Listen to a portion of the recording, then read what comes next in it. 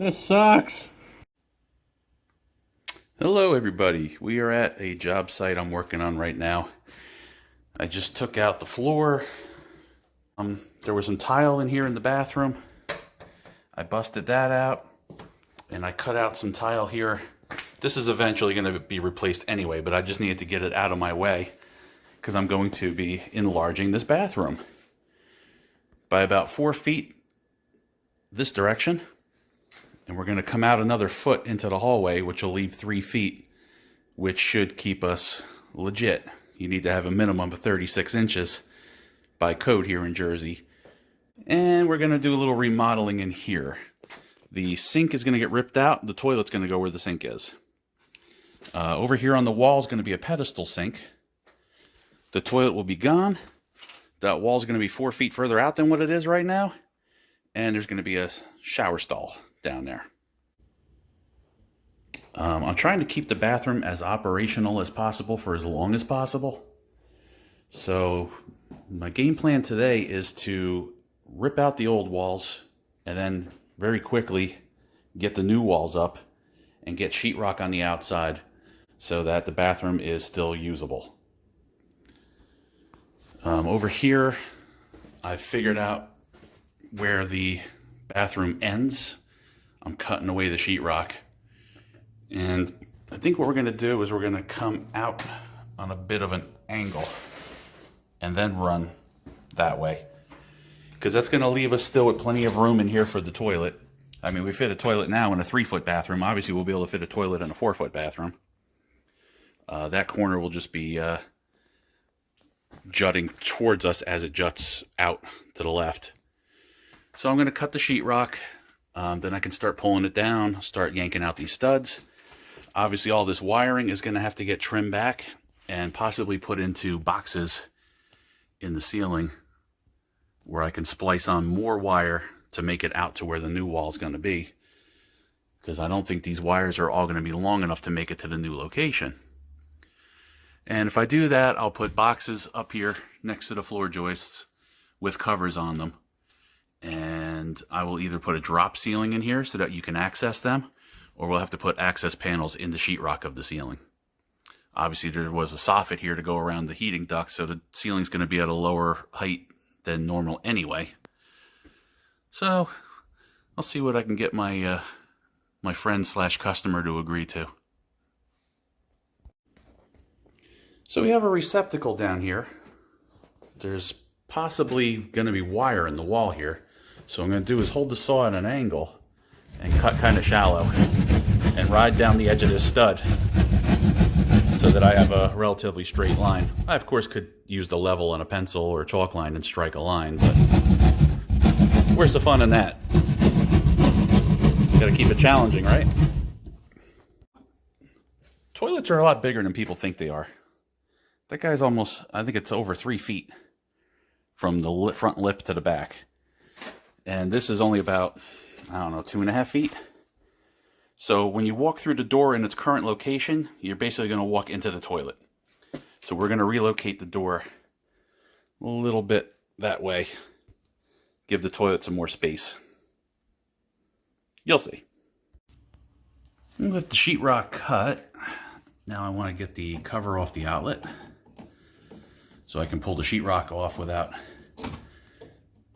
damaging anything. This outlet's already kind of hanging out of the wall, so I'm pretty happy we're going to be replacing it in the box because obviously something's wrong. Now here's something that never made much sense to me. I watch a lot of these shows where they're doing renovations or whatnot, and they take a sledgehammer to the wall. It's just sheetrock. You can punch through it, you can hit through it with a hammer, you can get under a seam with a Wonder Bar or Pry Bar and pull it apart. And then you got one big piece to bring out and throw away instead of a bunch of little pieces of dust. So, you know there's going to be a seam about 4 feet up. We have the luxury of being able to see the backside of the sheetrock. But even if you can't, like I said, you know there's going to be a seam around 4 foot. So just do this. find the seam, and then you can cut that with your knife and just start to work it, pry it, wiggle it, pull on it. The nails will pop through, the whole sheet will come down. You got one big piece to carry out to the dumpster instead of sweeping up and shoveling up little tiny chunks of debris. Okay, the switch cover's off. The molding is removed. I cut the sheetrock.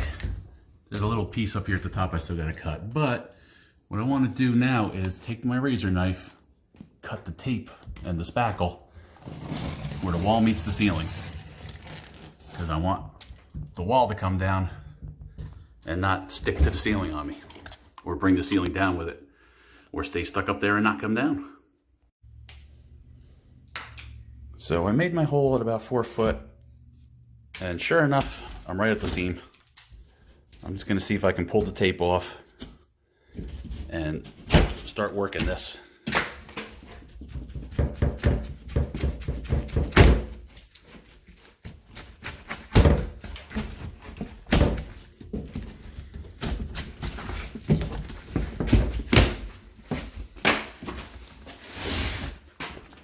See, I'd rather carry a few big pieces than a bunch of small debris.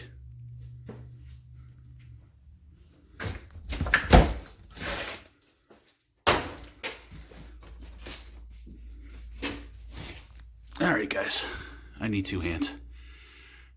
And a tripod apparently.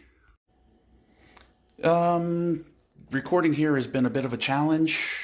My friend's got 2 young kids. It's not often that I have the place to myself and all the quiet, so that's why I haven't recorded all the work that I did up to this point. So there's probably going to be some jumps and skips here and there because I'm not going to be able to record all the time. I'll do my best though to show you as much of what I'm doing as possible. So I just keep removing nails, cleaning up the studs. They're going to get torn out. And they're not getting reused. There's glue on them, which didn't do much to hold this. As you can see, the sheetrock took the nails right with it, and the glue didn't hold hardly anything. I only have a couple of nails left behind. So I'm going to clean this all up so I don't get ripped open or cut. No one else gets hurt off of it. And I'm just going to loosen everything up so it's all ready to come out of this wall. These staples, I just grab them with my cutting pliers, pry them right on out.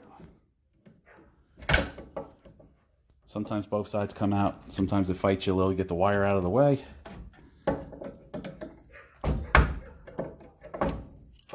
See if this one wants to come out both sides.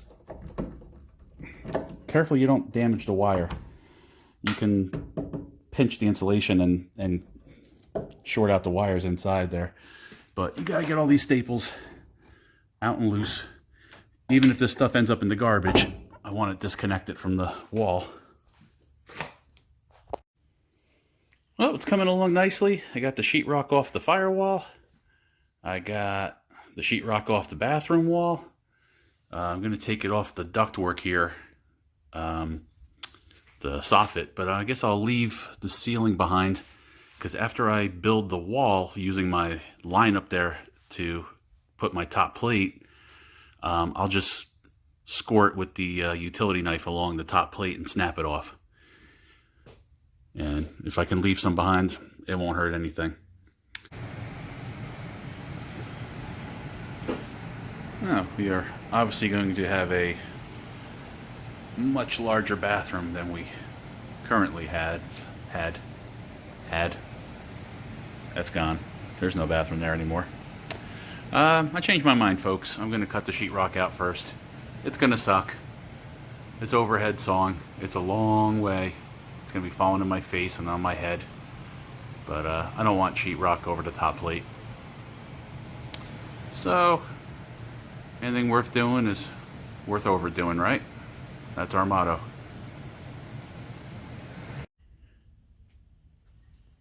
Nope, the walls are torn out. I still got to cut out this top plate. I got to cut out this plate. I got my lines drawn threw this on top of here so it wouldn't get erased.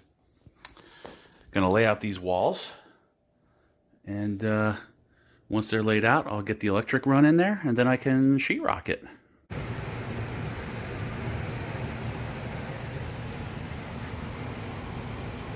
I don't know, folks.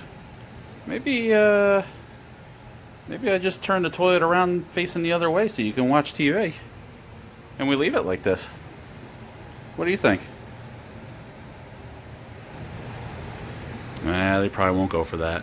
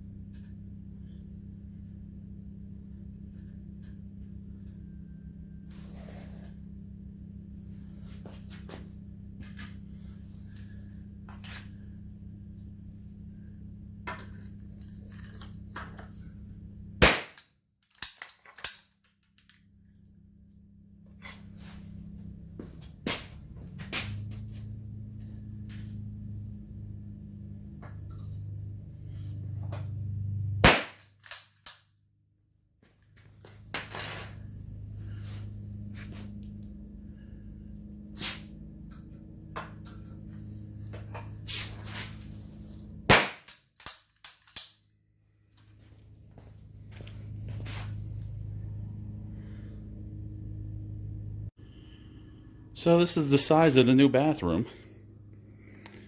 There's where the door is going to go. Decided to nip this corner off so that when you're coming in from the front door in the hallway, you don't shoulder check a sharp corner. If you do happen to not pay attention where you're going, you'll just kind of brush off of it gently. And I'm going to start with that far wall right here. Normally I build a wall and put it in place, but I think just because the house is funky, the floor is funky, I don't know if I got all the grout or thin set from under the tile out of there. So I'm just gonna, I got the bottom plate in, I'm gonna put the top plate in, and then I'll put the studs in one by one. One thing I forgot to mention, I put these, some people call them cleats, some people call them cats. It's just a block of 2x4. It's some of the old 2x4 that I ripped out of the existing wall that was here. I put a cleat here. I put a cleat there. I ran this 2x4 on the flat, so it would give me something to screw the sheetrock into. It's nailed at the floor and the ceiling. And then I put a cat in here. Just think a little bit. When the wall goes in, what are you going to attach it to? I'm going to attach the stud here, which is going to be tied into the top plate that's going to bridge here, which is going to be attached on the other end to the stud that runs up here down to the ground. And that's going to immobilize this, I guess you could almost call it a header, that's going to pick up this lip of the wall from here to the ground. Down at the bottom of the stud will obviously be anchored to the plate, which is anchored to the concrete. And then, like I said, we got the two cats or cleats up there to keep the top from flapping in the breeze. That's what you do when you fall between the joists the way we did. I'm not going to worry about the wall going that way because I have a floor joist every 16 inches. And that's going to pick up that. So I just wanted to run something by you. I like to do double plates top and bottom. In this case, we're just going to do a double plate on top and a single on the bottom because it's pressure treated. We're on concrete. And I have to nail the bottom plate into the concrete. It's just easier, and it's how the rest of the house is built, so I'm just going to stick with it so it doesn't look weird. But when you do a double plate, overlap your joints. You can see here this 2x4 ends. This one extends all the way to the outside, and now this one extends all the way out to the outside. This one is going to butt up against it. It makes things incredibly strong. This isn't load bearing, it's just a bathroom, might as well be a giant closet really. But it's a good habit to get into for when you are building an addition or building a house, building something where the walls are load bearing. It makes it really easy for you to slip it together and get a nail in. You put a little nail right up through the center here or down from the top, and it holds the corner together for you while you get a chance to nail it properly, brace it and whatnot. Good habit to get into. Stagger your joints. So this is what would be known as a floating wall. And the shorter of a distance you can float it for, the better. So you can see it's picked up by this stud that goes all the way to the ceiling. And it's picked up by this stud, which is anchored to the wall and not the ceiling. And now, again, I'm staggering my joints. That top plate is over the top of the stud, but this secondary plate is going to come in alongside the stud. And then there's going to be another stud underneath this top plate down to the bottom plate to give me my 16 inches. So if somebody leans against the wall, they don't fall through.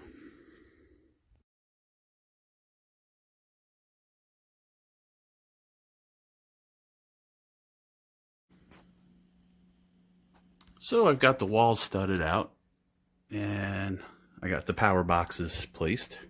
I've begun the sheetrock, but I'm only going to do the outside of the bathroom because I need room to run wiring and plumbing.